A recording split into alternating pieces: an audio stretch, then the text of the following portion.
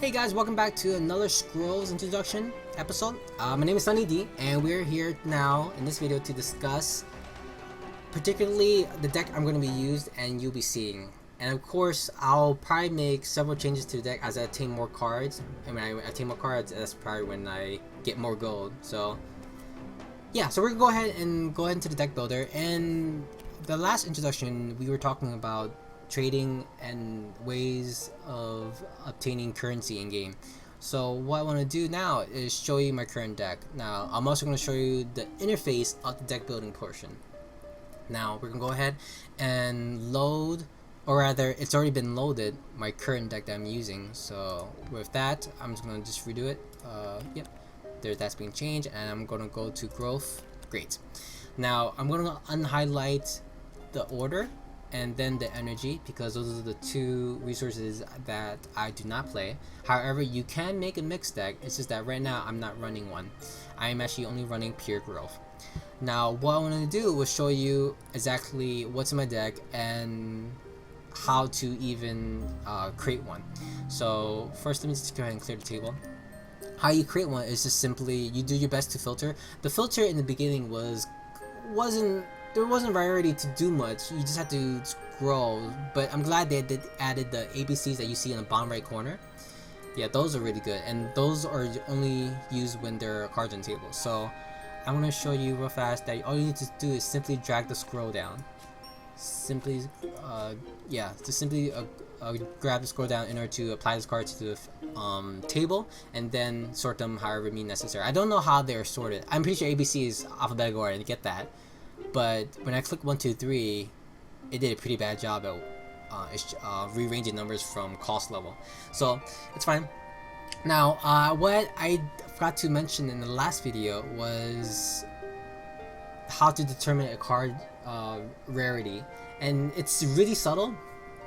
But if I can go ahead and just pick out 3 cards, great. Okay, these 3. Alright, so I'm gonna go ahead and hover over Frost Scale.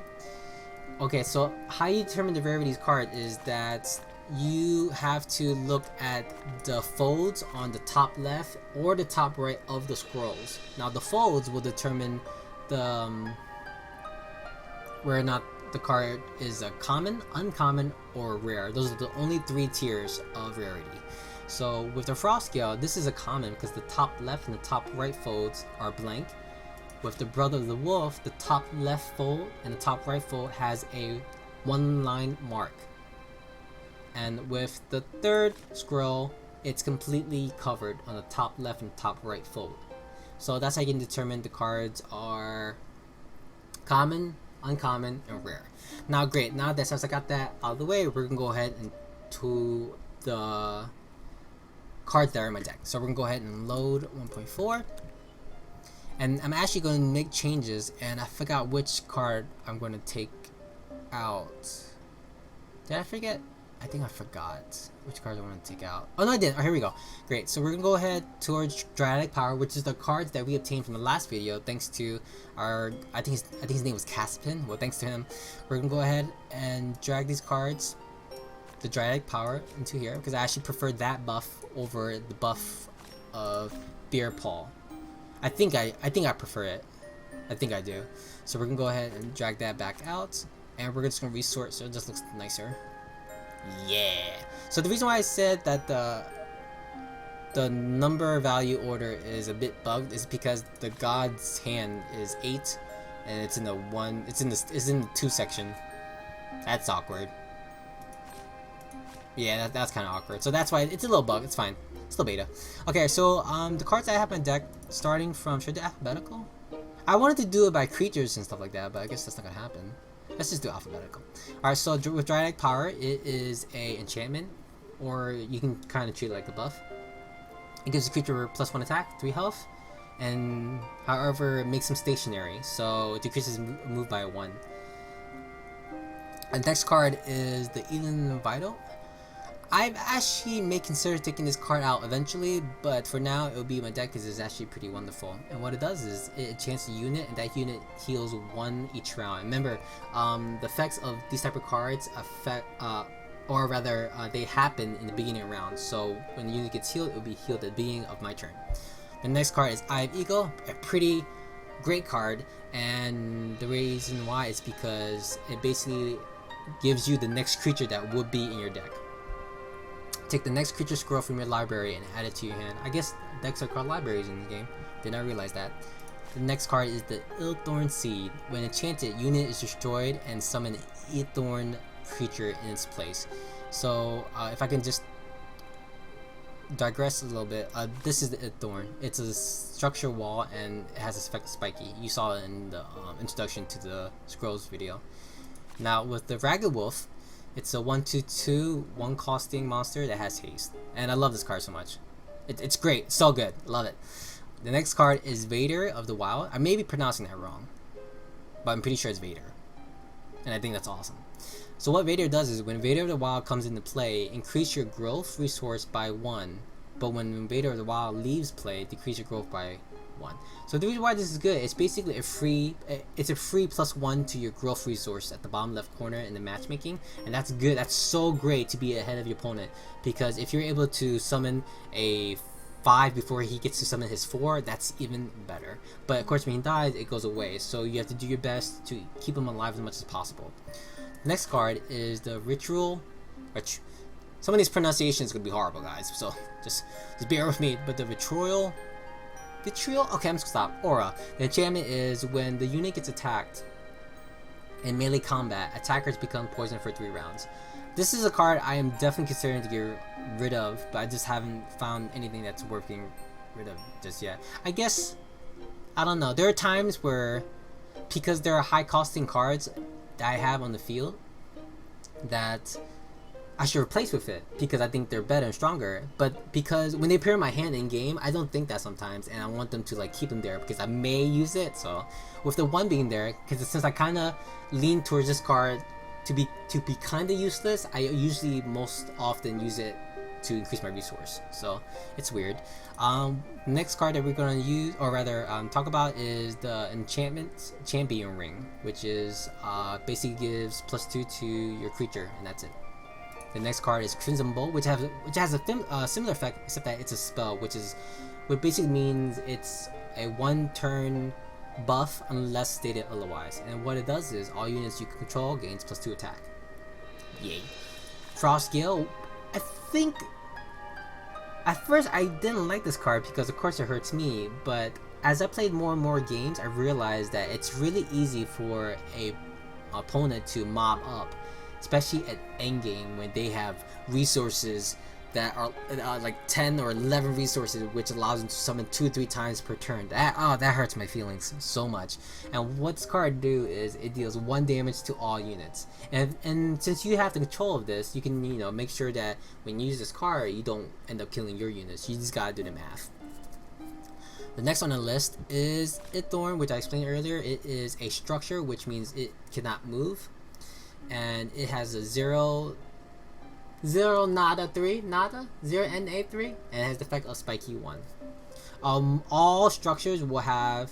I think all structures will have. No, I'm lying. There are some structures who does have a cooldown.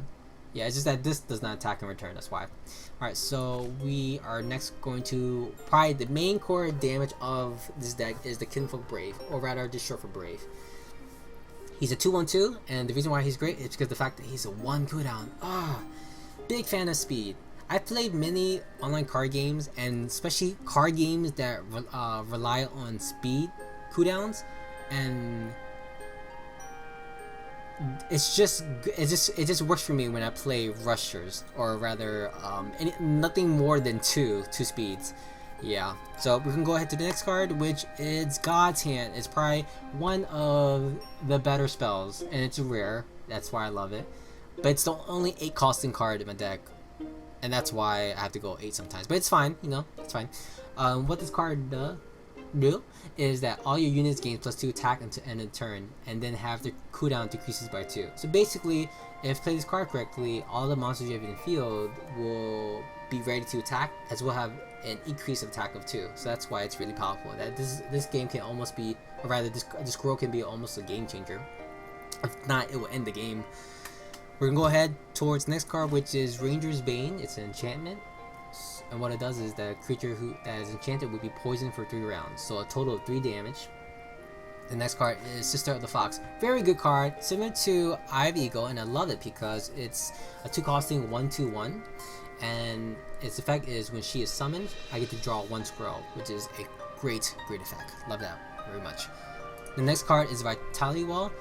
I don't see too many growth player play this card, but I actually like it a lot. I lean more towards useful than useless, and this card is useless because of the fact that it has. It's a 0/3/3, and I was going to say structures do not have any cooldowns, but I was going to be wrong. It is a structure that is 0/3/3 and has the ability of haste, and when it goes on the field, it instantly heals.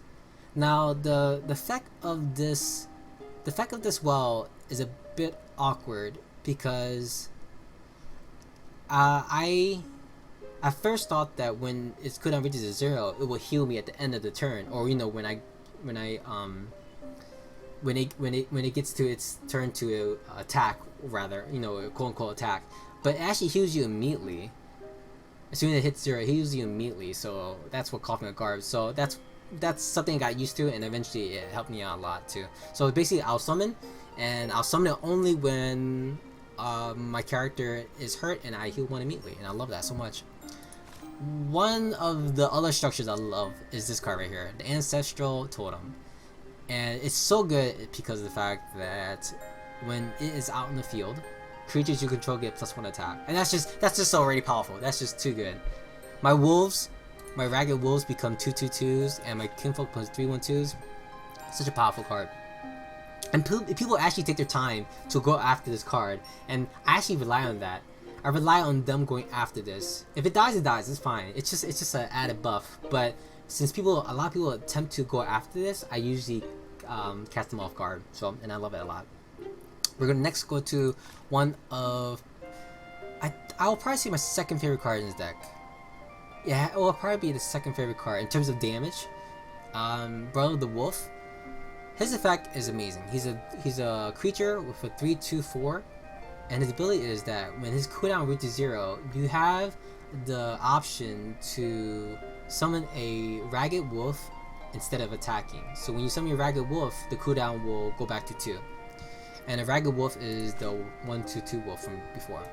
And it's really great because, as I said about his effect before, there are times where you just need to summon that wolf to do that 1 damage, or you need to summon that wolf to be defensive. It's just a great card overall. If not, if you don't need to summon, you can just attack with a 3, and that 3 is good. That 3 is good. The next card is probably the best spell. I want more of this card in my deck. It's Fertile Soil, and what this card do is you sacrifice a creature and you draw 3 scrolls, and it's a great combo with Sister of the Fox.